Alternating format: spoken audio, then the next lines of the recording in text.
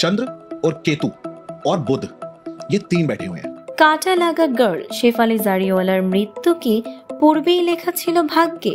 পুরনো ভিডিওতে জ্যোতিষীর ভবিষ্যৎবাণী মিলছে অবিকল। মাত্র 42 বছর বয়সে বলিউডের আলোচিত তারকা শেফালি জারিওয়ালার অকাল বিদায়ে হতবাক গোটা বিনোদন অঙ্গন।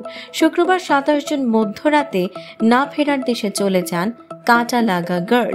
আর ঠিক এর পরপরই ভাইরাল হয় এক জ্যোতিষীর ভিডিও, যেখানে শেফালির জন্মছক দেখে তার আকস্মিক মৃত্যুর ইঙ্গিত দেওয়া হয়েছিল আগেই। 2024 সালের এক পডকাস্টে শেফালির জন্মছক দেখে জ্যোতিষী পরেশ ছাবড়া বলেছিলেন, চন্দ্র ও কেতু অষ্টম ঘরে, এটা খুব বিপজ্জনক। এর সঙ্গে বুধ থাকলে বিপদ আরো বাড়ে।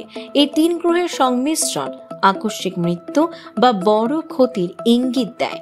সেই ভিডিওতে মন দিয়ে কথা শুনতে দেখা যায় শেফালিকে, যদিও তিনি কখনো স্পষ্ট করে জ্যোতিষশাস্ত্রে বিশ্বাস করেন কিনা তা জানাননি।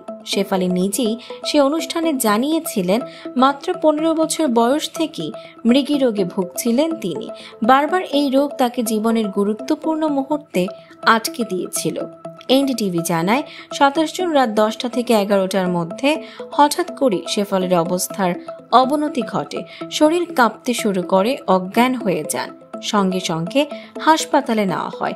সে সময় বাসায় ছিলেন তার স্বামী পরাগ, মা ও অন্য আত্মীয়রা।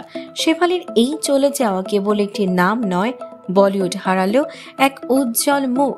আর নেটিজেনরা ভাবছেন, ভাগ্য কি সত্যি আগে থেকেই লিখে রাখা? আপনার মন্তব্য কমেন্ট করে জানান। সাম্প্রতিক ও চমকপ্রদ সব খবর জানতে ফলো করুন আমাদের ফেসবুক পেজ CB24 TV এবং সাবস্ক্রাইব করুন YouTube channel CB24 TV official.